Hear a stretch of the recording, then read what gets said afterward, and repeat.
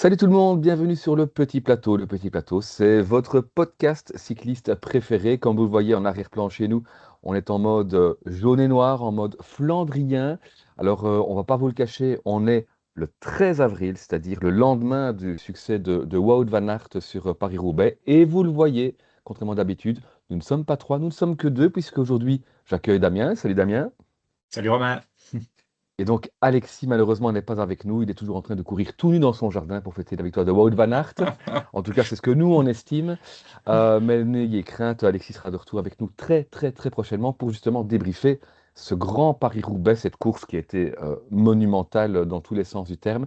Du coup, ce qu'on va faire aujourd'hui, c'est qu'on va un petit peu préparer, faire monter la hype, entre guillemets, jusqu'à ce grand débrief de Paris-Roubaix, avec eh bien, l'envie de mettre un peu en valeur aussi des coureurs dont on a peut-être moins parlé durant tous les épisodes ici liés aux classiques flandriennes, ou en tous les cas des coureurs qui n'ont pas nécessairement été chercher les plus beaux résultats durant ce printemps, mais qu'on avait envie de mettre en valeur, tout simplement, n'est-ce pas, Damien? Oui, oui, c'est ça. L'idée, bon, d'abord, le débrief de Paris-Roubaix, bien entendu, on ne peut pas le faire sans Alexis, hein. Donc, c'est pour ça qu'on attend, les gars. On ne peut pas se passer d'Alexis après un tel scénario. Et donc, ici, oui, Romain, tu l'as expliqué. L'idée, c'était vraiment de se dire, moi, je l'ai pris comme ça, en tout cas, l'exercice de me dire, tiens, en début d'année, qu'est-ce que j'aurais pu attendre de tel et tel gars? Et il y a des gars qui nous ont fait des prestations, on ne serait pas du tout attendu. Donc, l'exercice, c'est vraiment les 10 belles surprises, si on veut. C'est à la fois objectif, c'est à la fois subjectif aussi, parce que ça dépend donc des attentes qu'on a pour chaque coureur, et ça, c'est quand même assez perso. Donc voilà. L'idée ici, c'est donc un top 10. On va remonter de la, entre guillemets, moins belle surprise, même si elles sont toutes des belles surprises. Donc la 10e à la première place. Mais vu qu'on triche tout le temps sur le petit plateau, ce que je te propose, c'est parce que je ne sais pas toi, mais moi, quand j'ai fait ma liste de 10 noms, il y en a, j'aurais bien voulu les caser, mais il n'y avait plus de place. On peut tricher un petit peu, mais juste citer ces gens que tu aurais dans ta liste, si tu en as, et que tu n'as pas pu intégrer dans ton top 10, juste pour les mentionner sans aller plus loin. Et donc, la question est-ce que tu as des noms comme ça qui n'ont pas pu rentrer dans ton top 10, mais que tu as quand même envie de citer pour mettre à l'honneur?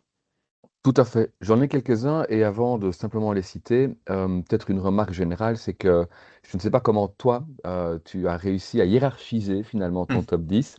Moi, j'ai eu vraiment beaucoup de mal et je me suis surtout rendu compte que on parle effectivement pas de, enfin, on parle de bonnes surprises, mais pas de révélation. J'ai pas eu de révélation sur ce printemps des classiques, dans la mesure où je me rends compte vraiment que cette année particulièrement, mais c'est déjà une tendance qu'on a vue les dernières saisons, eh ben, les courses sur pavé, les courses flandriennes comme on les appelle, elles sont tellement exigeantes qu'elles deviennent pratiquement réservées à vraiment un type de coureur flandrien, avec évidemment l'un ou l'autre ovni qui apparaît de temps en temps.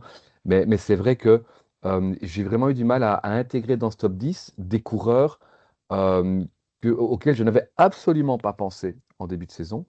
Tout simplement parce qu'on les a vus, ils m'ont bien plu, et ils n'ont pas non plus fait des résultats extravagants. Et donc c'est pour ça que je les ai réservés effectivement pour cette, entre guillemets, deuxième catégorie de coureurs que j'avais envie de citer pour dire, voilà, on les a vus, c'est des belles promesses pour l'avenir. Mais de là à les mettre dans un top 10 de ce printemps flandrien des bonnes surprises, je n'ai malheureusement pas trouvé la place pour eux. Ok, je suis curieux de voir parce que moi j'ai des révélations entre guillemets qui avaient peut-être donné des signes sur certaines courses, mais pas sur des Flandriennes. Donc je suis curieux de voir. Mais donc vas-y, je suis trop impatient. Cite déjà ces noms qui n'ont pas pu rentrer dans le top 10. Ouais, je vais en citer quatre. Je vais commencer par Mhm. Lorenz Rex, que je me contente de citer ici. Luc Lamperti, j'avais aussi envie de citer Zach Erzen. Et alors Axel Huens. Voilà les quatre coureurs qui sont, selon moi, un petit peu vraiment les, entre guillemets, révélations, mais qui malheureusement ne m'ont pas suffisamment convaincu que pour intégrer donc le top 10. Ok, je souris dès que tu dis Lorenz Rex. Alors je n'en ai aucun qui sera dans mon top 10. Moi j'ai trois noms en réserve donc, du top 10 et j'ai Lorenz Rex. Axel Huens, figure-toi, tu vois. Et alors, le troisième que j'ai, et là, je suis déjà curieux de voir s'il sera dans ton top 10, vu qu'il n'est pas dans ta réserve, c'est Jonas Abrahamsen. Donc, ok, il n'est même pas dans ton top 10, ben voilà. On a dit qu'on ne fait que les citer, donc je ne vais pas développer tout sur Abrahamsen. Euh, il m'a quand même bien plu, mais après, il est tellement attendu, c'est un tellement formidable coureur que c'était dur de le faire rentrer dans le top 10, quoi. Tout à fait. Ben, je te propose, je te redonne la main et on va commencer donc ce top 10. Quelle est ta moins bonne des très belles surprises? Dixième Alors, je vais, place. je vais peut-être surprendre, mais j'ai choisi de citer Gianni Vermeersch. Gianni Hmm. Vermeersch, c'est un profil qu'on était en droit d'attendre évidemment sur les classiques flandriennes. C'est un coureur qui est très à l'aise dès que je veux dire, le revêtement diffère du simple tarmac. On sait qu'en gravel, il est très bon aussi. Et on l'a vu notamment sur l'Estrade Bianche en faisant un excellent top 5. Alors, l'Estrade Bianche, on ne va pas les considérer évidemment comme une des courses flandriennes, mais enfin, sur ces flandriennes ici, je trouve qu'il a fait quelque chose d'assez costaud. On était en droit de l'attendre. On pouvait espérer le voir, mais je ne m'attendais pas à le voir aussi à l'avant et avec des résultats aussi probants. C'est quand même un format assez lourd. Et quand on regarde les principales courses, on va les appeler comme ça, de ce printemps flandrien, je prends mes petites notes. Ben voilà, huitième à l'E3, dixième sur le Rand et douzième sur Paris-Roubaix. C'est quand même des places d'honneur qui sont très intéressantes pour un format lourd comme on l'appelle. On aurait pu imaginer Vermeersch un peu mieux classé sur Roubaix ou un peu moins bien classé sur le Rhône. Mais voilà, il fallait faire un petit peu le tri. Et alors, ce qui m'a bien plu aussi, c'est qu'au-delà d'aller chercher quelques beaux résultats au sein à titre personnel, il a aussi travaillé pour certains leaders, notamment pour Jordi Meus, que je ne citerai pas plus haut dans mon classement.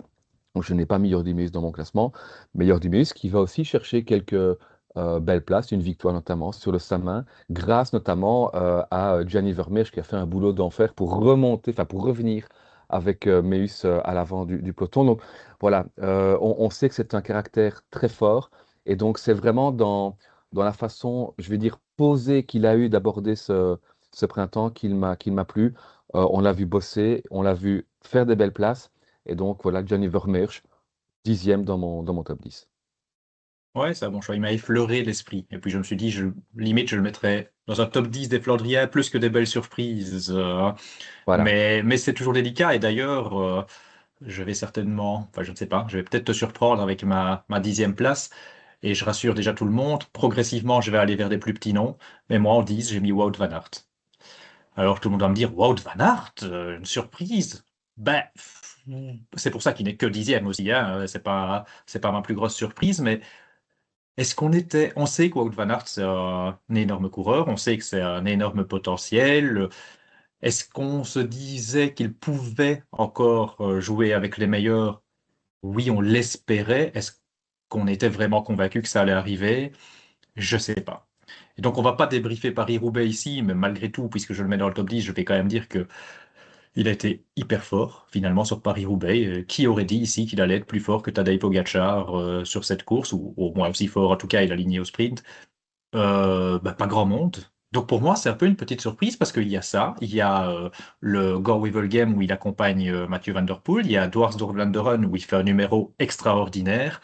Donc en fait, oui, c'est Wout van Aert, oui, c'est ce que Wout van Aert pouvait faire par le passé. Est-ce qu'on était sûr qu'il allait encore pouvoir le refaire? Je pense pas. Moi, en tout cas, dans mes attentes, c'était pas le cas et donc c'est quand même une belle petite surprise pour moi que cette finalement mini campagne de Wout qui a pas fait une campagne du début à la fin, hein, mais voilà, j'avais quand même envie de mettre Wout dans mes surprises, quitte à surprendre justement nos auditeurs.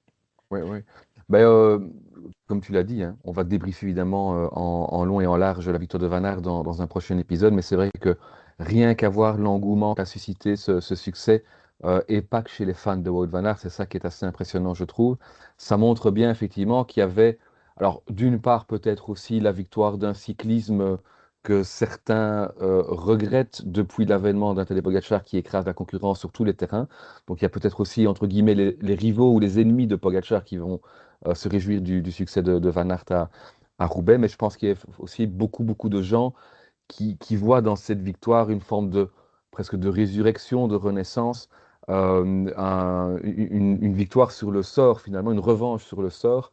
Et donc, voilà, j'avoue que je ne l'ai pas mis effectivement Wout van Aert dans mon top, mais je trouve qu'il a tout à fait sa place dans la mesure où ça peut effectivement être considéré comme une bonne surprise de voir Wout van Aert aussi fort sur autant de courses. Tu l'as dit, c'est pas que sur Roubaix, sur des incidents mécaniques qu'il y aurait.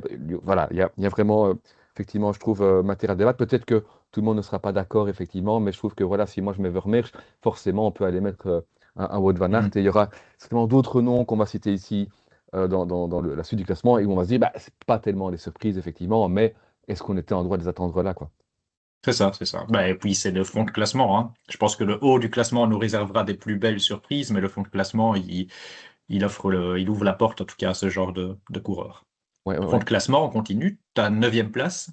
Alors, peut-être que tu l'as mis également, peut-être même plus haut. J'ai choisi de nouveau, on est toujours dans cette catégorie de coureurs qu'on était légitimement en droit d'attendre, mais on n'y croyait pas vraiment. J'ai choisi Jasper Stuyven, troisième de ce dernier Paris-Roubaix. Je ne sais pas si tu l'avais pris dans ton top 10. Non. Non? Bah alors, je vais en profiter pour en toucher un mot. J'ai été très critique dans le petit plateau il y a quelques semaines quand on a préfacé justement les grandes courses flandriennes après avoir déjà vu le week-end d'ouverture notamment, etc., en disant, voilà, la Soudal Quick Step, hein, le Wolfpack comme on l'appelle, a vraiment changé son fusil d'épaule, voulait revenir vers les classiques avec un collectif qui devait être le collectif capable de battre les Pogacar et autres Van der Poel. Et c'est vrai qu'on a été sous notre faim pendant longtemps. Euh, il est encore très jeune, mais Paul Magnier, on l'a sans doute vu trop vite, trop beau. Je ne dis pas qu'on l'a vu trop beau tout court. Sans doute qu'il a beaucoup de promesses, mais il faudra qu'il prenne de l'expérience sur ce genre de course. Et donc, en attendant, ben, qu'est-ce qui restait? Il y avait un Lorenz Rex, on l'a cité tantôt, qui a fait quelques belles petites places qu'on n'attendait pas nécessairement et qui était celui qui, en début de campagne, finalement, a réussi à maintenir, entre guillemets, Soudal plus ou moins à flot. Et puis, ben, il y avait ces deux anciens, ces deux baroudeurs que Soudal a ramenés, c'est-à-dire Dylan Van Baarle et Jasper Stuyven. Ben, on n'a pas vraiment vu Van Baarle, alors que Stuyven, finalement, on l'a vu, troisième de Paris-Roubaix, c'est en fait tout simplement le meilleur du reste du monde, parce que troisième après Paris-Roubaix, pardon, sixième au Round. Alors, c'est pas évidemment une course flandrienne, mais on n'oublie pas qu'il a quand même fait septième aussi à Milan-San Remo, hein, ce printemps-ci. Donc voilà, c'est comme ça que moi je le prends. Jasper Stuyven, le meilleur du reste du monde sur cette campagne de flandrienne. Et sincèrement, je n'y croyais pas. J'espérais de nouveau de voir un bon Stuyven aller chercher des points UCI pour la Soudal par-ci par-là. Mais de là à le voir aussi fort sur les plus grosses courses, les plus exigeantes, ça pour moi c'est une surprise. Ouais. En fait, pour moi, je l'ai pas mis parce que euh, c'est une surprise son Round et Paris-Roubaix.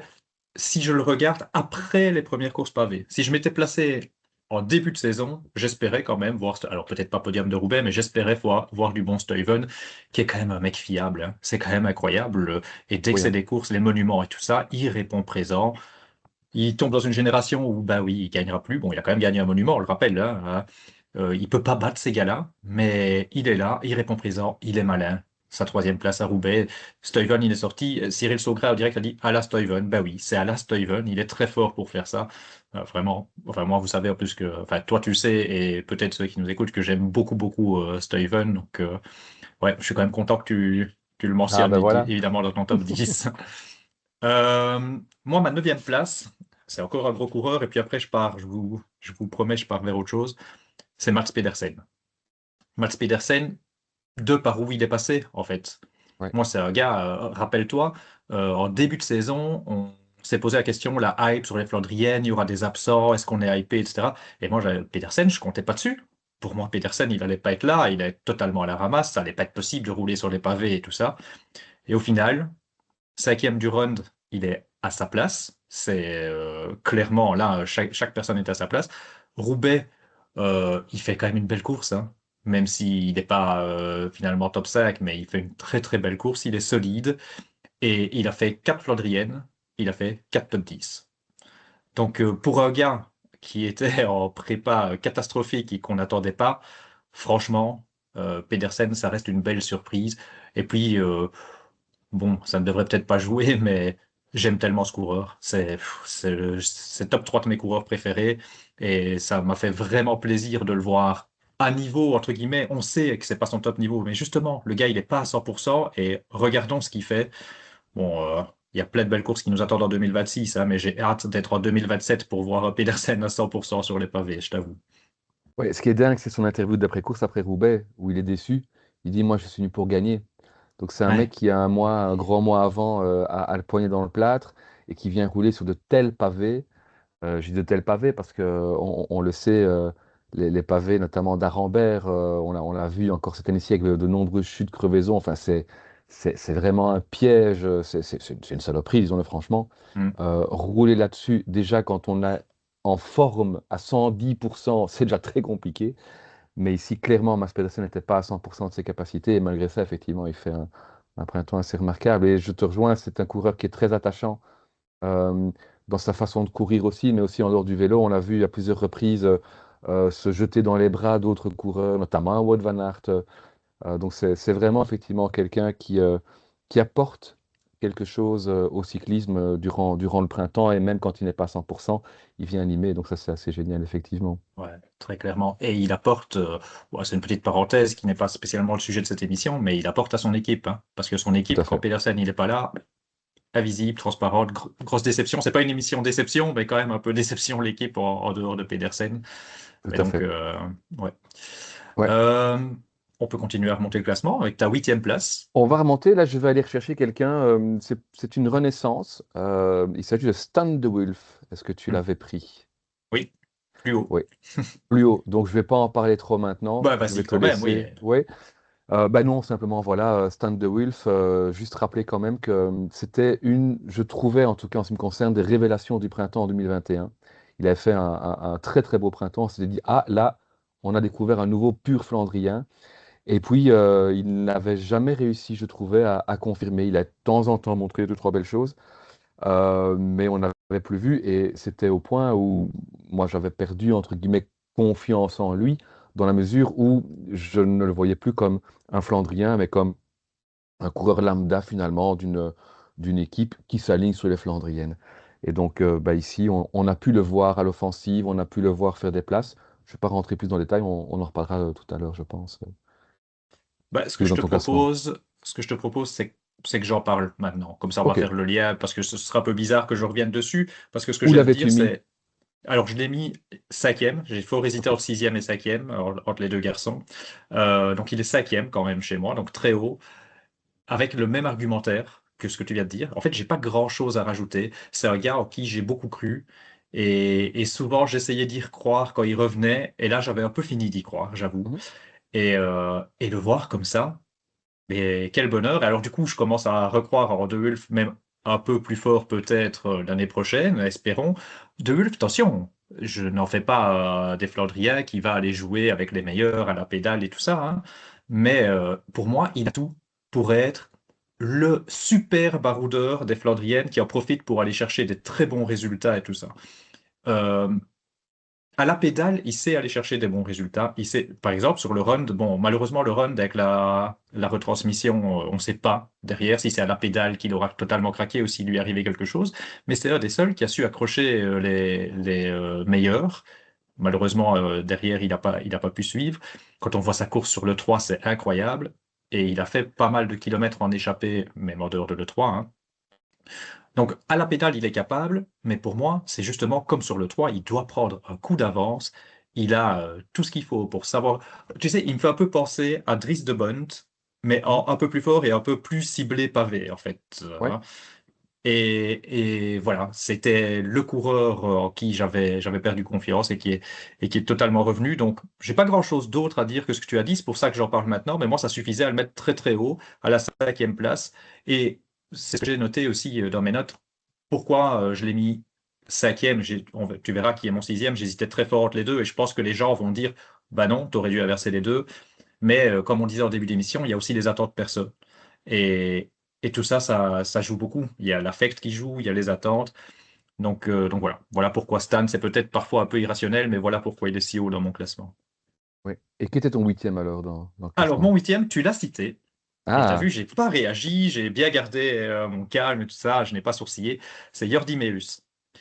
Jordi Meus, j'ai envie de le citer. Alors, il y a sa victoire au Sama, tu l'as dit. Euh, mais pour illustrer pourquoi Jordi m'a bien plu, c'est tu prends la première Flandrienne, c'est le Newsblad, il m'a épaté. Quand je l'ai vu dans le mur, franchement, il m'a épaté pour un coureur de son gabarit et c'est un sprinter quand même de base, hein, mhm. même si lui, son rêve a toujours été d'être classic man, Flandrien, il l'a déjà dit plusieurs fois. Enfin bon, voir Jordi comme ça dans le mur, ça m'a épaté, et il termine 6-7e, je pense, je l'ai noté 7e. 7e, le lendemain, il fait top 10 de Kurn, mais surtout ce que je vais illustrer, c'est que donc au Newsblatt était là, et à Paris-Roubaix, il est là. À Paris-Roubaix, si tu regardes son résultat, il est quand même mal payé. Il a fait la course. Alors, il est mal payé. Peut-être qu'il paye ses efforts, hein, je ne dis pas. Mais en attendant, Meus a fait la course. On l'a vu à l'écran. C'est moyennement étonnant sur Paris-Roubaix qu'il aille chercher un bon résultat, mais qu'on le voit autant dans la course, ça m'a quand même bluffé. Et donc, il a été présent finalement, de l'ouverture à la fermeture, si on peut le dire ainsi, avec une victoire, comme tu l'as dit, entre les deux. Voilà, je pense quand même que Jordi, c'est à un autre degré, ce que tu as dit, d'ailleurs on reste chez Bora, ce que tu as dit sur Vermeersch, Mhm. on peut le dire aussi sur Meus. On sait que c'est un garçon qui a des qualités. Maintenant, est-ce qu'on pouvait s'attendre à le voir aussi fort? Moi, j'ai pas l'impression. Alors, c'est pas non plus la révélation absolue qui fait que je le mettrais number one, hein, mais une petite place dans ce classement, je trouve qu'il la méritait bien. Et donc, ben, on peut continuer à remonter avec ta 7e place déjà. Oui, alors je vais aller du côté d'un coureur italien.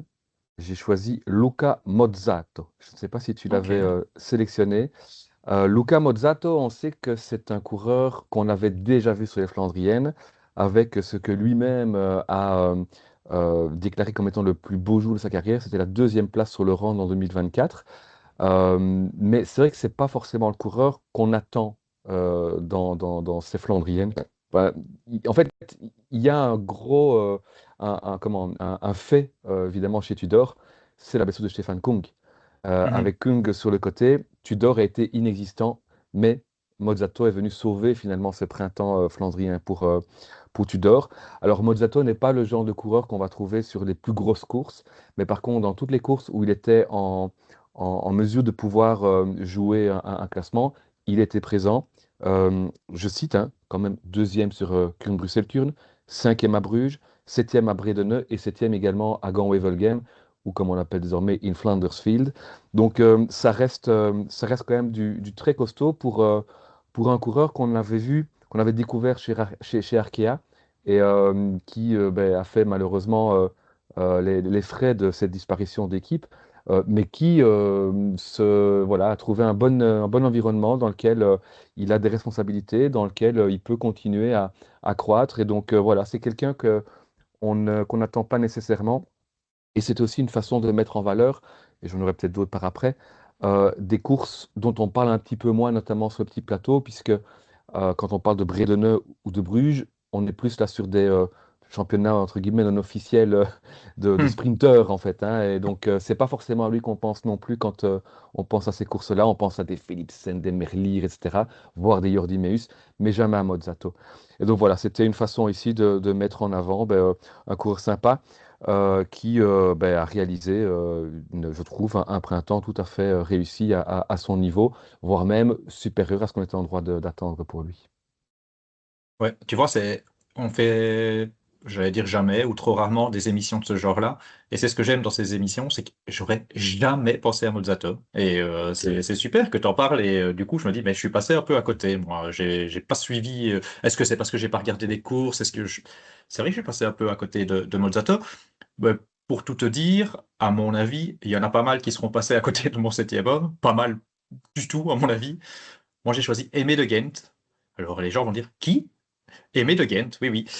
Aimé de Ghent, c'est ce coureur qui était ce que j'aimais à l'époque. Bon, je dis pas que je ne l'aime plus maintenant, hein, mais un coureur à la progression très linéaire. C'était vraiment palier Hmm. par palier, pas du tout une superstar, mais un gars qui prenait des petits accessites, qui faisait des résultats.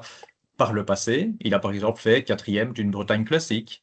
Il a une victoire professionnelle, c'est la course, on l'appelle la course des deux ports, c'est ça, à Anvers. Je ne sais pas très bien Pour comment on l'a épique. traduit en français, mais port épique, voilà.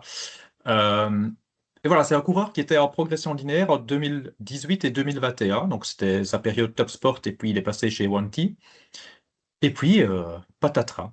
Je- On voyait plus du tout Aimé de Ghent, totalement anonyme dans le peloton. Il ne sait pas si ce n'était déjà pas de l'anonymat ce qu'il était avant, hein, mais non, et on voyait plus rien de la part du Belge. Et là, pour moi, il vient de faire la meilleure campagne de sa vie.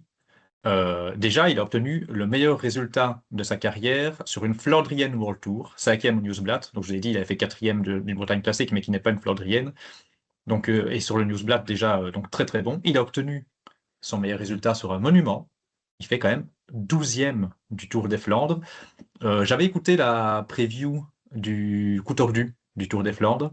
Et il y avait un match-up, c'était, je crois Tout que à fait. donc match-up, c'est un duel hein, pour ceux qui font pas du tout de paris. Enfin, je ne parie plus, mais voilà. En plus, à force d'écouter le coup tordu, on sait ce que c'est un match-up.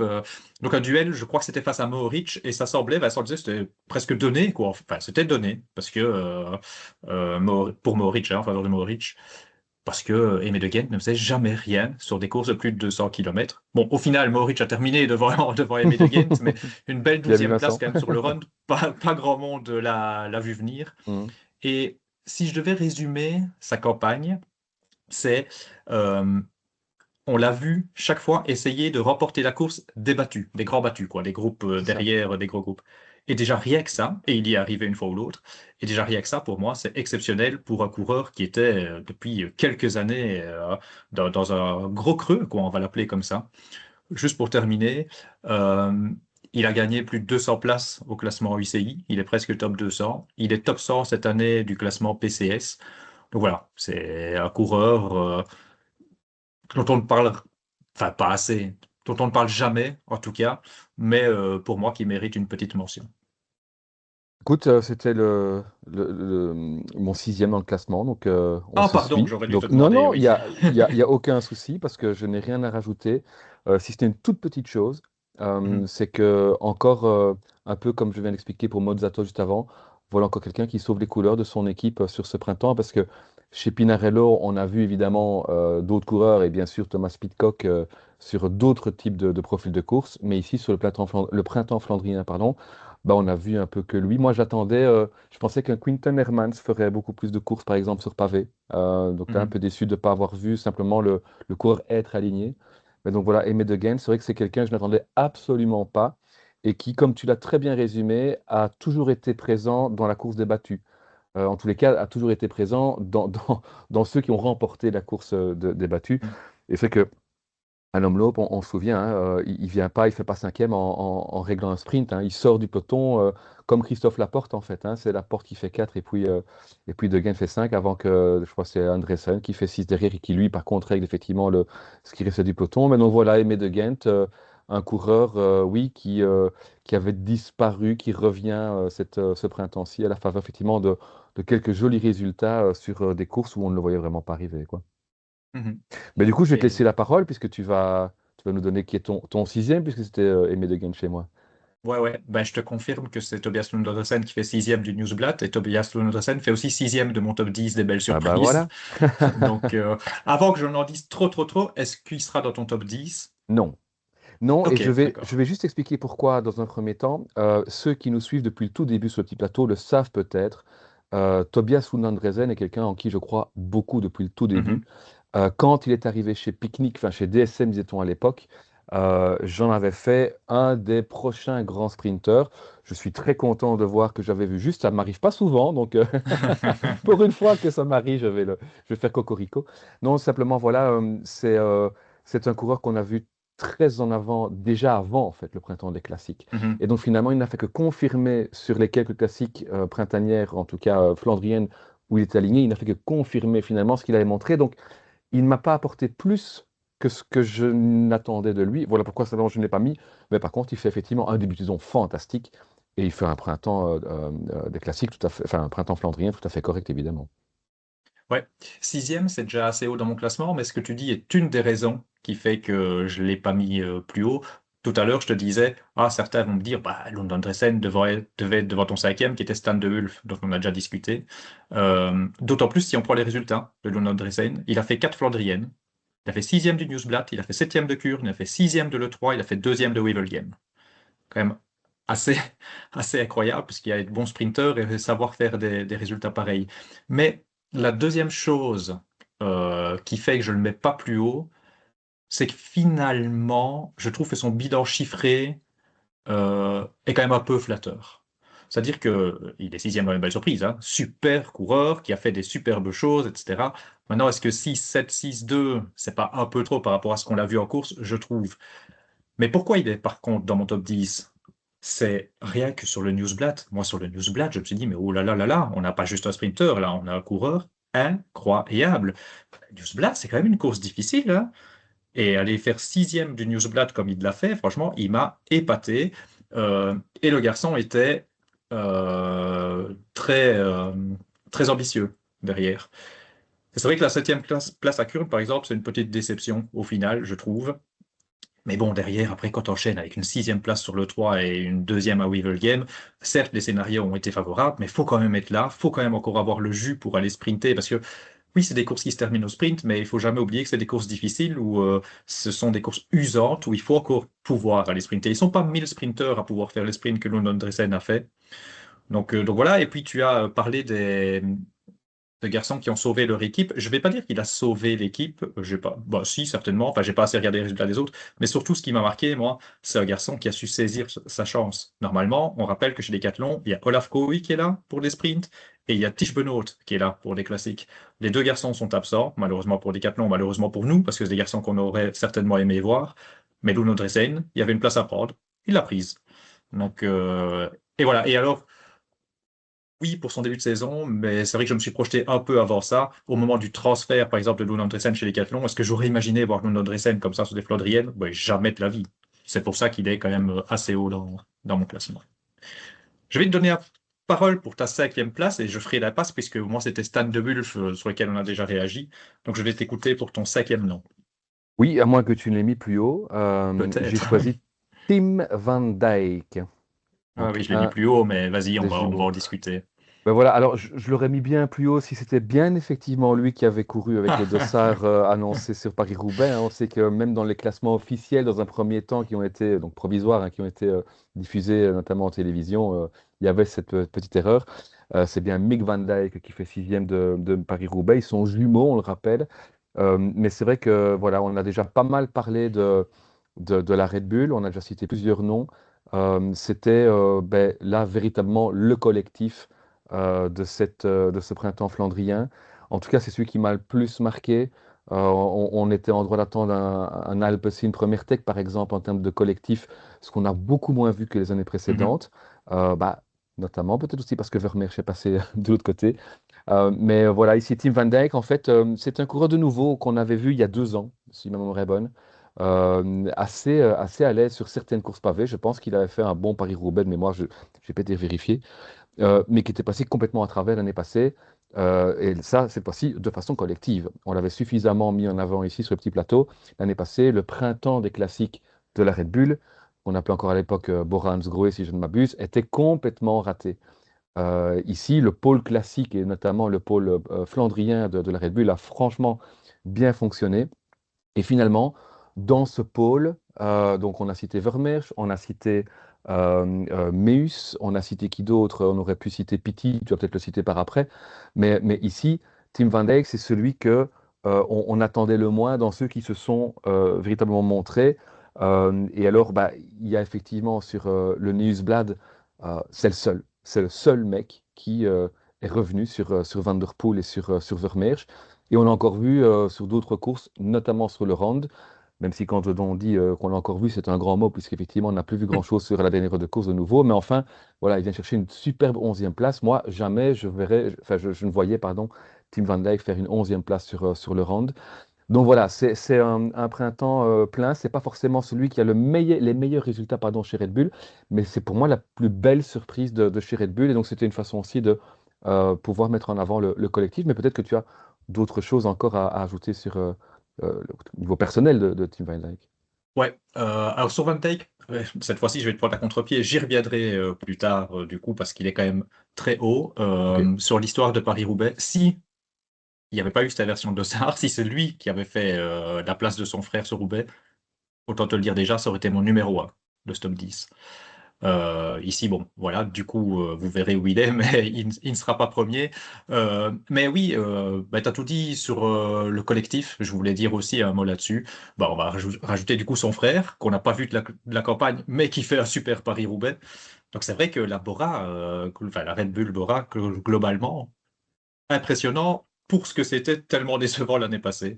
C'est vraiment le contraste, le jour et la nuit. Pity ne sera pas non plus dans mon top 10, je te le dis déjà, mais lui aussi s'est montré. Donc voilà, c'est quand même une équipe qui nous aura montré de belles, belles choses. Ouais, ouais. Euh, je vais tout de suite te renvoyer la balle, comme ça tu gardes la Ok. main pour ton quatrième homme, puisque on était parti comme ça. Donc je t'écoute pour ta quatrième place. Alors, c'est un coureur dans lequel je ne croyais absolument plus. Pour moi, c'est la plus belle renaissance de ce début de saison, et notamment sur les classiques, c'est Dylan Groenewegen. Est-ce que tu l'avais Ah oui. cité dans ton top? Non, et je souriais parce que j'étais presque sûr de qui tu allais citer, en fait, et pas du tout. Ok, Non. intéressant. Ouais, Dylan Groenewegen, alors, on a beaucoup parlé ici depuis le début de l'émission de l'affect qu'il peut jouer. Je vais vous avouer, je n'ai aucun affect Ah, pour tu me fais Groenewegen. peur.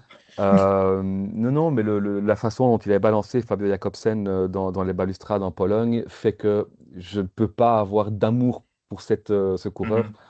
Mhm. Et donc, je me fais violence ici, entre guillemets, en le mettant quatrième, mais comment ne pas le citer? Comment ne pas le citer dans la mesure où, de nouveau, c'est un garçon qui va s'illustrer sur les classiques qu'on regarde moins, il faut l'avouer. On va pas le voir sur un E3, on va pas le voir sur un Grand Wevelgem, et on va certainement pas le voir, évidemment, sur des courses comme le Round, voire Paris-Roubaix. Mais quand on regarde le reste, ben, en fait, c'est pratiquement un sans faute.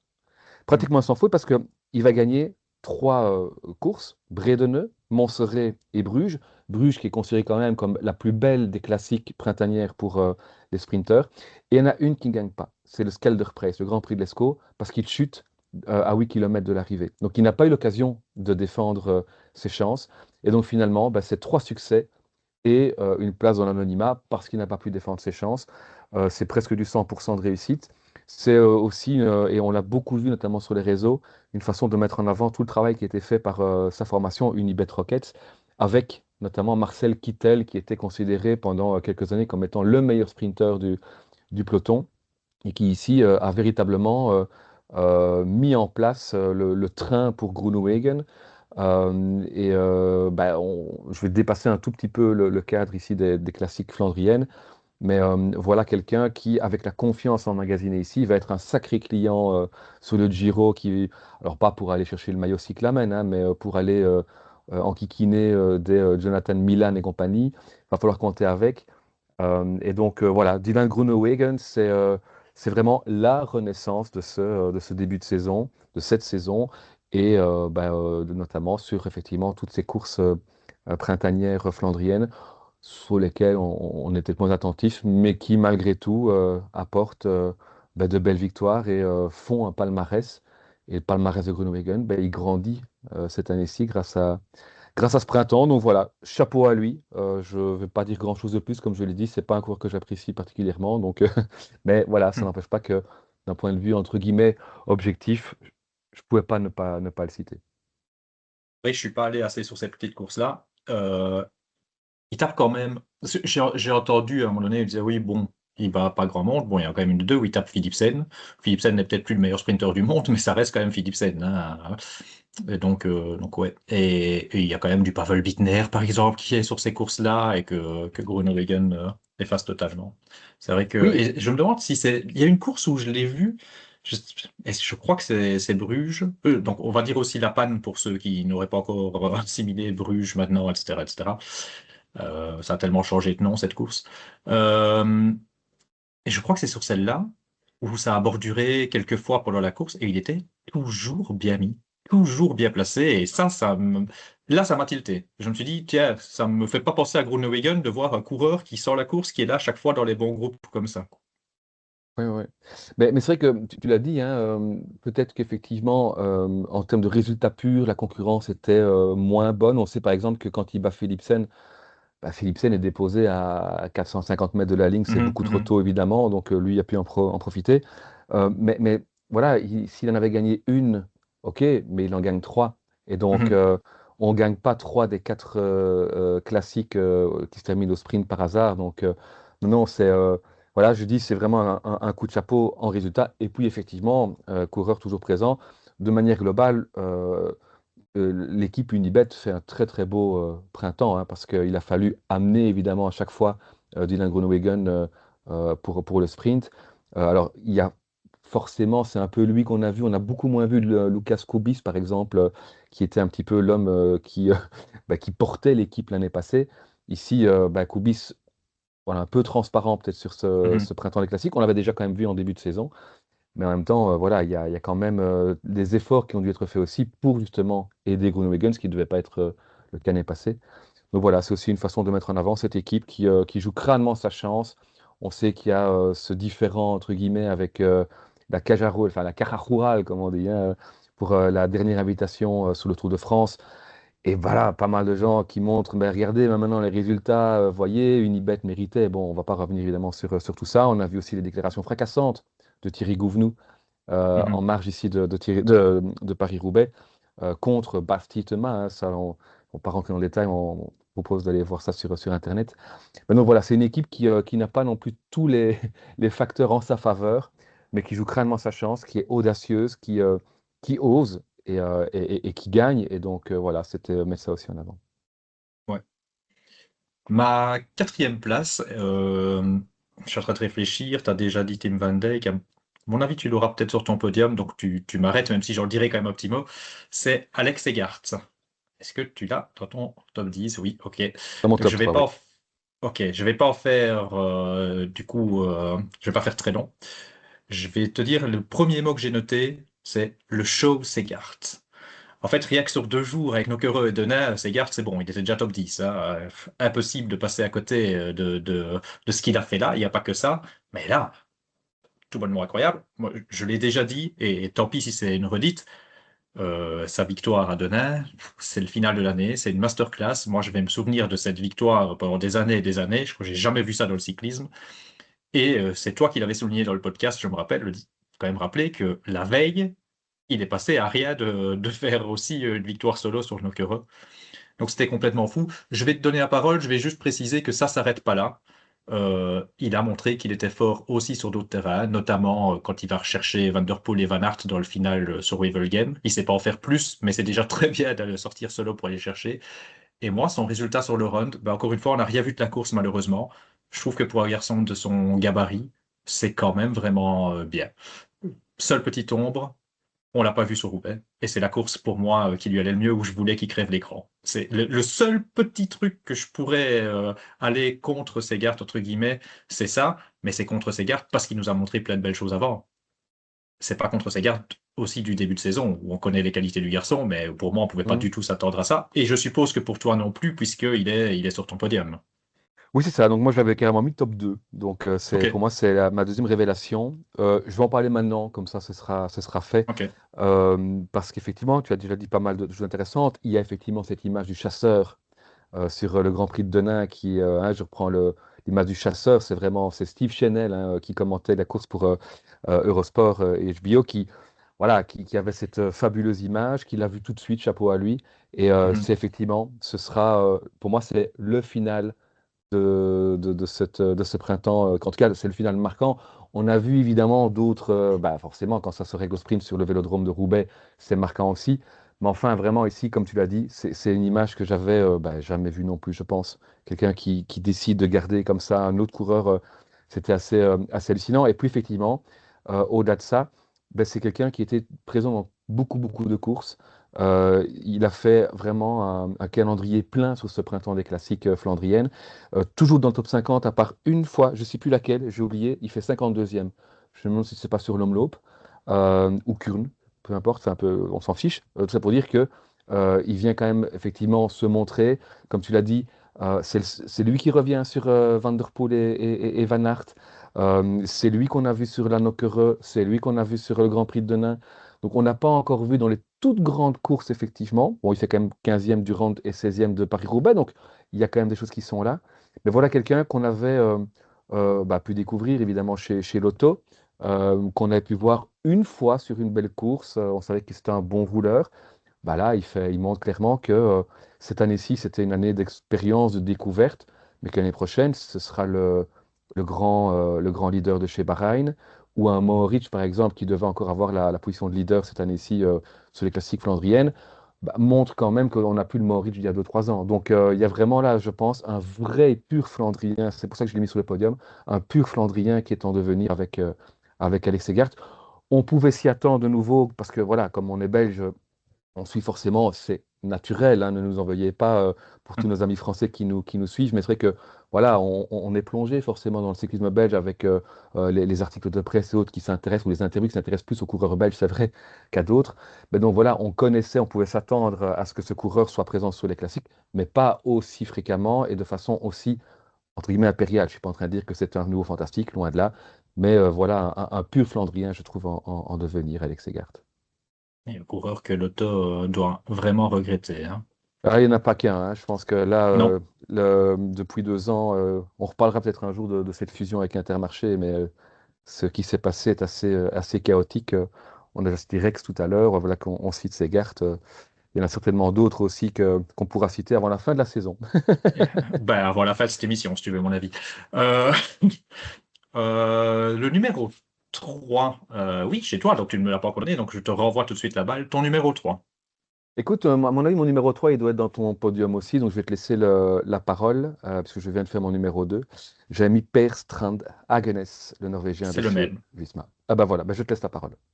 C'est le même, et figure-toi, j'aurais enchaîné en disant, ben, je viens de parler, moi, d'Alex Segart, ben maintenant, moi, juste au-dessus de Segart, et toi, donc, juste en dessous, c'est marrant, ben, j'ai sa victime. J'ai sa victime sur le Grand Prix de Denain. Euh, En fait, Haguenau, c'est quand même un truc de fou, parce que si on regarde son printemps, ce qu'on pourrait éventuellement synthétiser, se souvenir, c'est, t'as été la victime, t'as été, désolé pour le mot, je vais être un peu dur, t'as été l'idiot utile de Segert, Segart sur Denain. Tu as sur le, été sur le l'idiot 3. utile sur le 3 parce que tu fais deuxième, tu es content de faire deuxième, mais la course, tu pouvais peut-être la gagner. Donc oui, c'est un peu dur pour Hageness, mais là, il s'est complètement réveillé, le garçon. Et malheureusement, il a été malchanceux sur les monuments. C'est même pas qu'il n'a pas été bon, c'est qu'il a été malchanceux. Et d'ailleurs, il fait quand même un bon résultat sur le run. Là, il fait un top 20, je pense, malgré crevaison au mauvais moment, etc. Mais quelle force! Un coureur, alors je ne veux pas trop parler au nom d'Alexis parce que j'espère que je ne vais pas dire une bêtise, mais je crois qu'Alexis croyait beaucoup en lui et était déçu un petit peu à chaque fois en disant mais mince, dans le collectif Visma, Haguenau, il répond pas finalement aux attentes, alors qu'il y a quelques années, souvent il se disait attention, le collectif, il y a Haguenau qui peut aider. Il n'a jamais fait, enfin il n'a jamais répondu. Et là, cette année, waouh, la transformation. C'était un talent attendu qui n'a pas tout de suite émergé. Il avait montré au tout début, si je dis pas de bêtises, directement Mhm. dans son arrivée chez les pros, il avait montré des belles choses, puis hop, on l'avait plus trop vu. Et là, retour fracassant. J'espère que maintenant, Haguenau est devenu, sur le long terme, un pion essentiel de la Visma et qui pourra faire de belles choses pour lui-même et pour le collectif dans les saisons à venir. Ouais. Mais c'est vrai qu'on l'a beaucoup vu à l'attaque sur les courses, on va dire sur les semi-classiques, hein. On l'a vu à l'avant sur le Samin. Euh, on l'a vu effectivement à l'avant sur le Grand Prix de Denain. On l'a vu aussi ben, forcément sur le 3. Et c'est vrai qu'en dehors de ces courses où il a pu jouer parfois sa carte personnelle, pour moi, c'est celui qui a le plus travaillé pour ses leaders chez Visma. On a de temps en temps cité Affini, on a de temps en temps cité Matri, on a de temps en temps cité Owen Dool. On a pas beaucoup cité, mais on le citera, on vous rassure, dans l'épisode de Roubaix, Christophe Laporte. Hein, on avait beaucoup dénoncé l'attitude de Christophe Laporte ce printemps. Sur Roubaix, il n'y a absolument rien, ou en tout cas très très très très très peu de choses à lui reprocher. Moi, je trouve qu'il fait la course parfaite, même si on y reviendra donc sur l'épisode de spécial Roubaix. Mais par contre, Haguenau était omniprésent. Et quand il a fallu aider Wout Van Aert sur certaines courses, c'est toujours Haguenau qui était là. Donc effectivement, voilà quelqu'un qui sort d'un printemps vraiment, vraiment bien plein et qui, un peu à la façon dont je l'ai expliqué pour Segard juste avant, pour moi, peut vraiment devenir un Flandrien. Mais je pense qu'Haguenau, c'est plus qu'un Flandrien. Je pense que Mhm. c'est un coureur peut-être contrairement entre guillemets à Segard, qu'on peut voir ailleurs également, notamment, je serais très curieux de le voir sur les classiques italiennes de fin de saison. Je pense que c'est quelqu'un qui peut mieux grimper qu'un Segert, donc ce serait intéressant de le voir à ce moment-là. Mais donc voilà, ici, vraiment deux profils, Segert et Haguenet. J'avais vraiment hésité à le mettre troisième, deuxième, troisième, qui m'ont vraiment, vraiment beaucoup plu, qui sont effectivement de nouveau, mais on le dit depuis le début de cet épisode, ce sont les coureurs qu'on était en droit d'attendre, mais finalement on n'y croyait pas tellement. Et donc là, c'est vraiment deux coureurs, c'est deux belles surprises de ce printemps. Et simplement, je l'ai mis en dessous de Segart parce que Segart est plus flandrien dans mon esprit sur ce printemps que Hagenes. Et parce que Segart a gagné une course, ce que n'a pas fait effectivement Hagenes, mais il ne fait aucun doute que dans les années qui viennent, Hagenes devrait remporter d'autres courses. En tout cas, en espérant qu'il ne se fasse plus avoir effectivement comme il a fait à Denain. Ouais. Je fais une petite parenthèse parce que tu parlais de Laporte et on en reparlera donc effectivement sur Roubaix. Euh, Peut-être que, vu que tu mentionnes Laporte, j'avais pas prévu d'en parler, mais je me dis peut-être que certains auditeurs vont se dire, bah, décidément, parce qu'ils citent pas Laporte dans leur top 10, tu as vu les résultats de Christophe Laporte. Moi, je vais quand même dire pourquoi Christophe Laporte, je l'ai même pas envisagé, alors que j'ai envisagé des très bons coureurs pourtant, hein, et pas lui. Parce que, justement, ne me tombez pas dessus, c'est justement parce que, pour moi, Christophe Laporte est un coureur assez exceptionnel et que ce qu'il fait, pour moi, c'est même pas une surprise. C'est pour ça qu'il n'est pas dans mon top 10, même si ses résultats. D'abord, ses résultats, un peu comme Lund Andresen, sont parfois un tout petit peu en trompe-l'œil, dans le sens où il a pu profiter de circonstances de course où ça s'est regroupé, il a sprinté, machin chouette. Mais globalement, de toute façon, il a été très bon. Mais c'est ce que j'attends de Christophe Laporte, malgré son année d'absence. C'est vrai que du coup, ça aurait pu jouer, mais moi, j'attendais à Laporte à ce niveau. C'est pour ça qu'il n'est pas dans mon top 10. Je ferme la parenthèse. Mais qui est dans ton Euh, top 10 pour compléter le podium avec Hagenes? Mais donc, je l'ai dit tout à l'heure, c'est Tim Van Dyke sur lequel je vais revenir un tout petit peu. Comme je te l'ai dit, si il y avait eu... En fait, j'ai noté sur ma feuille.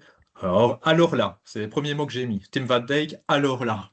Alors lui pour moi, c'est... Du coup, tu vas me dire pourquoi il n'est pas numéro 1, mais on en reparlera avec mon numéro 1. Lui, je ne l'ai même pas vu venir, mais pas une seconde. Le seul profil où je pouvais l'imaginer, tu l'as dit, c'est Paris-Roubaix, et c'est finalement la course où on l'aura pas vu, où il a bluffé tout le monde, mais pas de la même manière que sur les autres courses. Il a bluffé tout le monde parce qu'il a changé son numéro. Euh, non, mais Tim Van Dijk, dans les difficultés, tu l'as dit, sur le Newsblad, ça a commencé, tout a commencé là, dès le premier jour de course, enfin, dès la première Flandrienne. Mais waouh, quoi, quand tu le vois sortir. Bon, j'ai un peu râlé ce jour-là, ce qu'il a. Enfin, râlé. En même temps, c'était peut-être plus malin, mais non, j'ai pas râlé, parce que je peux pas dire ça. J'ai râlé sur Vermeersch qui a relayé, je peux pas dire que j'ai râlé sur Van Dijk qui a pas relayé, du coup, c'est n'importe quoi. Donc, il a roulé comme il fallait, mais le bond qu'il fait, c'est absolument dingue. Et tu l'as dit, on l'a vu plusieurs fois. On l'a vu plusieurs fois faire ce genre de choses. Franchement, c'était pas juste un coup de bol, il est très fort. Et je pense que tu l'as dit aussi, son bilan chiffré ne reflète pas ce qu'il a montré sur ses Flandriennes, malgré qu'il a quelques bons résultats. C'est, moi, c'est vraiment, quand tu disais en tout début d'épisode, il n'y a pas de révélation. Lui, pour moi, c'est une révélation, hein. Moi, je n'attendais pas ça. Pour moi, Van Dijk, ça fait déjà quelques années, enfin quelques années, pas 10 ans, mais qu'on nous casse entre guillemets les pieds avec Van Dijk, attention à Van Dijk, attention à Van Dijk. On pense notamment à Thibaut qui à chaque fois a fait sa propagande Van Dijk pour Paris-Roubaix. Mais pour moi, on pouvait l'attendre que là, que sur du plat. Mais tellement. C'est pour ça que c'est la révélation. En fait, il a brillé là où je ne l'attendais pas. Mais on l'a moins vu là où je pouvais l'attendre, mais il a brillé là où je ne l'attendais pas. Euh, non, non, franchement, Tim Van Dijk, pour moi, c'est révélation absolue. Je ne vais pas en dire beaucoup plus parce que tu en avais parlé tout à l'heure, mais vraiment énorme révélation. Et du coup, pourquoi pas numéro 1? Ben, on va en parler parce qu'à mon avis, vu que tu l'as pas encore cité, on a le même numéro 1. Je vais te laisser annoncer ton nom. Écoute, j'avais commencé par Vermeersch, en parlant de Johnny Vermeersch en fin de top 10. Bah, je vais terminer par l'autre Vermeersch, ils sont pas frères, il n'y a rien à voir. C'est Florian Mhm. Vermeersch. Évidemment, Moi, c'est ma révélation de ce printemps. C'est ta révélation aussi, je pense. bien sûr. Mhm. Et pour une foule de raisons, alors on va me dire, ouais, mais on l'avait déjà vu sur un Paris-Roubaix. Oui, sur un Paris-Roubaix, ou peut-être deux, il a fait cinquième effectivement quand même l'année passée. Il est chez UAE. Ben oui, mais enfin voilà quelqu'un qui était omniprésent Mhm. Mhm. sur ce printemps. Malheureusement, il chute assez violemment dans Arambert. On a vu d'ailleurs passer les vidéos, donc c'est assez, si vous ne l'avez pas vu, allez voir sur les réseaux, vous tapez son nom, c'est assez dingue. Il est en pleine ligne droite et vraiment son vélo part de travers, il se mange le pavé et donc il n'est pas reparti. Et c'était peut-être, sans doute, la course qui lui convenait le mieux sur ce printemps des classiques. Il avait dit lui-même, s'il y a une course où je peux battre Pogacar, c'est celle-là. Et alors, il a évidemment bénéficié d'une circonstance atténuante pour son printemps, c'est l'absence de Tim Wellens, blessé sur le Nieuwsblad. Et donc, forcément, Florian Vermeersch est devenu ce super lieutenant pour Pogacar quand Pogacar est là, et ce leader de l'UAE Team Emirates quand Pogacar n'est pas là. Je dis omniprésent, euh, un, un moteur de fou sur les pavés, dans les côtes, il a répondu présent aussi. Il y a pas grand-chose qu'on peut lui reprocher. Moi, voilà, je pense que il, euh, il y a 10 mètres qu'il aurait pu courir en plus quand ils reviennent sur Van Der Poel sur le 3. On évoquait le cas de Hagenes qui se contente de la seconde place. Moi, je pense que au moment où ils arrivent à 10 mètres de Van Der Poel, c'est lui qui est en train de faire le rythme. On est encore à la flamme rouge. Tout le monde est au carton. Je pense qu'il doit achever son relais. Et ça oblige justement un Abrahamsen peut-être à attaquer et donc un Hagenes à peut-être contrer. Et là, il se fait emmener à ce moment-là et il aborde le dernier kilomètre dans la roue de Van Der Poel en dernière position. Il était idéalement mis. On se rappelle quand même qu'il avait battu Van Der Poel sur un sprint, c'était sur le Mm. vélodrome de Roubaix en 2023, 22, ça fait déjà un petit bout de temps. Euh, Peut-être même 21, hein, la victoire de Colbrelli. Je ne sais plus. Enfin bref, tout ça pour dire que voilà, moi il m'a épaté parce que voilà, comme je l'ai dit aussi pour d'autres coureurs avant, on est belge et donc on suit particulièrement les Belges, c'est vrai, mais je pense que personne n'attendait un aussi grand Florian Vermeer sur la saison.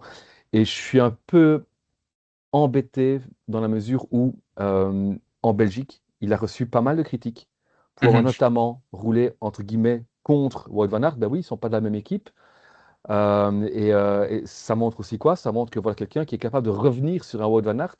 Et tu l'as dit, Wout van Aert était dans ton fond de top 10 parce qu'on ne pouvait pas forcément l'attendre à un tel niveau cette année-ci. C'est une renaissance qui n'est pas de Wout van Aert. Donc ça veut dire qu'un Florian Vermeersch a un niveau pour rivaliser qu'un Wout van Aert. En tous les cas, un potentiel pour le faire. Donc voilà, il a roulé de façon audacieuse. Il est en train d'imprimer sa marque sur le Molenberg. Hein, vous savez que le Tyenberg, on appelle en Belgique le Bonenberg, parce que Tom Bonen adorait tester ses concurrents dans ce mont-là. Ben là, ça fait 2 fois qu'on passe dans le Molenberg, ça fait 2 fois que Florian Vermeersch accélère, teste la concurrence. Première fois, ben, il s'est isolé avec Van Der Poel. Deuxième fois, ça a failli repartir dans le même sens aussi. Donc voilà, c'est vraiment un coureur qu'on ne découvre pas, mais où on se dit, ouf, là, on tient peut-être le 6 ou septième homme. On appelle de Steven tantôt le meilleur du reste du monde. Ben oui, mais je pense que son successeur est là chez UAE avec Florian Vermeersch. Ouais, c'est marrant, j'allais faire allusion à ce Vermeersberg que tu nous avais sorti dans le dernier épisode, hein. Et c'est marrant aussi parce que tu as peut-être déjà répondu à la question que j'allais te poser. On a dit Stuyven le meilleur du reste du monde. Et si c'était Vermeersch? Parce que Stuyven, ok, sur les monuments, mais sur la C'est ça. campagne, et si c'était Vermeersch, en fait, le plus fort derrière les fantastiques et les meilleurs? Moi, pour moi, c'est lui. Euh, En tout cas, il... pardon de te couper, Vas-y, mais vas-y. c'est vrai en termes de résultats purs, on aurait évidemment l'attention attirée par les monuments et notamment Mhm. du coup par Stuyven. Mais c'est vrai que sur l'ensemble de ce printemps, Vermeersch a crevé l'écran parce que non seulement il fait quelques résultats, mais il était acteur. Il a toujours C'est été ça. acteur. Et on a cité d'autres personnes qui ne sont pas forcément dans le top 10. Tu viens d'évoquer notamment Christophe Laporte par exemple. Christophe Laporte, peut-être que son bilan comptable sera meilleur que celui de Florian Vermeersch. Mais on n'a pas beaucoup vu Christophe Laporte, aussi parce qu'il était dans un rôle particulier chez Visma, peut-être, et que Florian Vermeersch était plutôt dans un rôle de leader chez UAE sur beaucoup de courses. Mais Florian Vermeersch, on l'a vu tout au long du printemps, c'est un des noms qu'on aura certainement le plus cité sur ce printemps, indépendamment ou en dehors des quatre fantastiques des pavés que sont Mathieu Van Der Poel, Tadej Pogacar, Wout van Aert et Mats Pedersen. Tu sais, sur le run, au final, il est à 2 secondes de Stuyven, hein. On dit qu'on regarde sur les monuments, mais il est juste derrière Stuyven. Et bon, après, tu viens de rappeler ce qui s'est passé sur Paris-Roubaix. Franchement, moi, il m'a épaté. Tu as dit, il est bon sur les pavés, il est bon dans les monts. Moi, j'avais rajouté, il est bon sur la route. Franchement, des fois, l'écart qu'il maintenait avec Van Der Poel, par exemple, franchement, je mélange un peu toutes les courses, je suis désolé, hein, mais en même temps, c'est parce que justement, il a été présent sur toutes les courses. Je l'ai trouvé assez incroyable. Même dans des poursuites, je te dis, je pensais qu'il allait tout de suite prendre un tir, et en fait, non, ce qui prouvait une force chez le garçon. Euh, non, vraiment, ok, comme tu l'as dit, on le connaissait. Il y a eu cette histoire de Paris-Roubaix, mais même en dehors de Paris-Roubaix, même si ça s'était jamais concrétisé, on rappelle aussi que Florian Vermeersch, il avait une trajectoire à Seb Van Mark, hein. Il y a un pigeon qui faisait caca pour rester poli, ça tombait sur Florian Vermeersch, hein. Donc oui, il n'avait pas encore des résultats hyper probants à part son Paris-Roubaix, mais on savait qu'il avait des qualités, mais pas pour devenir le meilleur coureur des autres, quoi. Donc totalement hallucinant. Si je devais mettre un mini mini bémol, euh, je me rappelle que j'ai envoyé sur le groupe WhatsApp, je ne sais plus après quelle course, Vermeersch, il devrait apprendre quand il doit rouler et quand il doit pas rouler. Je pense qu'il a fait parfois quelques petites erreurs tactiques, pas rien que dans le final de l'E3, pas rien que sur le Newsblad. Globalement, je trouve qu'il a fait quelques petites erreurs tactiques, mais c'est la première fois aussi qu'il a cette position de leader très fort, en position de jouer des victoires, etc. Donc ça s'apprend, il est quand même encore relativement jeune. Je vais pas regarder son âge, donc je vais pas l'inventer, mais je sais qu'il est encore relativement jeune. Donc, ouais, moi, j'espère qu'on va revoir un Florian Vermeersch aussi fort l'année prochaine et du coup, peut-être plus intelligent en course. Et s'il peut gagner quelques pourcents, alors là, on va arriver vers un coureur qui pourrait nous valoir de vraies, vraies belles surprises. Ouais. Je ne l'ai pas vu venir. Franchement, je l'ai pas vu venir. Moi, quand Wellens a été out, je me dis, ah, pas très grave parce que Pogacar a jamais besoin de personne, mais pour les courses aussi où Pogacar est pas là, un petit coup dur quand même pour UAE, même s'ils ont de la réserve. Mais j'ai pas imaginé Florian Vermeersch à ce niveau-là. Euh, Tu dis, il a bénéficié peut-être, entre guillemets, un petit peu de ça. Je sais pas. Je crois qu'il se serait rendu compte. À mon avis, il aurait été supérieur à Wellens, hein. Sur l'ouverture, je me rappelle, Wellens, j'en attendais beaucoup, puis là, je l'ai trouvé un tout petit peu décevant, et je pense qu'il se serait rendu compte que Vermeersch aurait peut-être été meilleur, et finalement, est-ce que Vermeersch n'aurait pas même été encore meilleur avec Wellens de temps en temps? Je sais pas, mais c'était impossible de pas le mettre en révélation, à part donc si Tim Van Dijk avait fini 6-7e de Paris-Roubaix. Et là, vous voyez, j'aurais pas été pro-belge, hein, mais Ouais. non, mais là, Florian Vermeersch, je pense que tous les suiveurs, même au niveau international, vont reconnaître que c'est l'énorme surprise, enfin, l'énorme coureur de ce printemps, à part peut-être les haters UAE, et je peux comprendre ceux qui ont un peu du mal avec UAE, hein, mais si on fait abstraction de ça, comment ne pas mettre Florian Vermeersch tout en haut de cette liste, quoi. Ouais. Je me suis posé la question, est-ce qu'un Florian Vermeersch qui accompagne, parce que quand il chute dans Rambert, il est dans le bon groupe, est-ce qu'un Florian Vermeersch qui accompagne le bon groupe change le résultat de Paris-Roubaix? Est-ce qu'avec un équipier comme Vermeersch dans le groupe, est-ce que Pogacar ne gagne pas Roubaix selon toi? Ah, Difficile, hein? je crois pas. Franchement, je crois pas. Tu sais, on débriefera plus avec Alexis, mais souvent quand on fait la preview de Paris-Roubaix, on dit il faut encore pouvoir lâcher Van Der Poel quand on est dans Mhm. la peau de Pogacar. Honnêtement, je dis pas que Van Aert était Van Der Poel, hein. Je vais déjà dire en 2 mots mon avis ici, mais je le donnerai dans l'épisode prochain. Van Der Poel était phénoménal hier. C'était le plus fort. C'était le plus Il fort. était. Mais On est alors d'accord. là, j'ai jamais vu un gars aussi impressionnant sur les pavés. Enfin, jamais, si, certainement, mais c'est une façon de parler, mais il était incroyable. Mais, tout ça pour dire que Van Aert était peut-être euh, Van Der Poelesque, comment dire, dans ma preview. C'est-à-dire, il n'était pas au niveau de Van Der Poel, mais il était peut-être au niveau où j'attendais Van Der Poel. Pour moi, on peut faire la course tant qu'on veut. Pogacar, il lâchera jamais Van Aert. Hier, Pogacar, équipier, pas équipier, il lâchera jamais Van Aert. On va pas faire tout le débat maintenant, mais je pense que peu importe les incidents, peu importe tout ce qui s'est passé, Van Aert était pas jouable pour quelqu'un comme Pogacar. Il n'y a que Van Der Poel qui aurait pu battre Wout hier. Mm, mm, mm. Et donc, avoir un équipier, bah, pourquoi faire? En plus, on aurait pu se dire peut-être, oui, ça aurait pu jouer. Si, et ça fait beaucoup de si tu avais une supériorité numérique, ce que tu n'avais pas vu que tu avais la porte.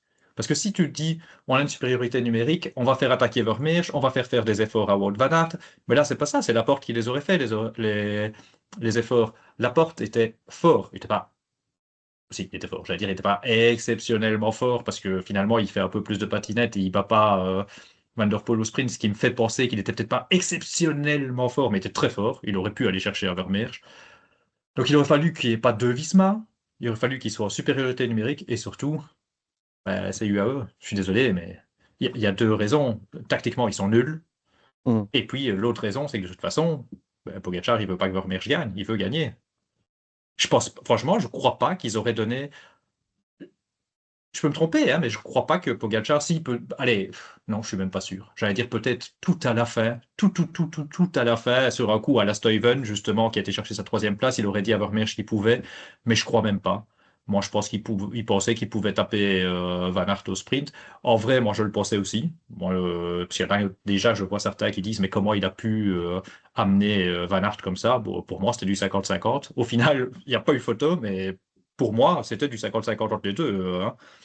Donc, non, je crois pas que ça aurait joué. Il aurait pu être là, mais je sais pas très bien à quoi il aurait servi, en fait. C'est un peu T'as comme l'impression sur que le ça aurait round, changé hein. quelque chose? Pardon. Non, non, je veux dire, c'est un peu comme sur le round où finalement, bon, le round, les cinq meilleurs se sont très vite isolés. Et puis derrière, effectivement, ben, Vermeersch a fait sa course dans l'ombre sans chercher évidemment à revenir et donc à ramener d'autres coureurs. Probablement qu'il aurait, oui, terminé dans le groupe ici avec Van Der Poel, Laporte et autres. Mais voilà, je me suis quand même posé la question, tiens, effectivement, s'il y avait eu un coéquipier de Pogacar en plus, est-ce que ça aurait permis à Pogacar de faire peut-être moins d'efforts et d'être plus frais, on ne sait pas.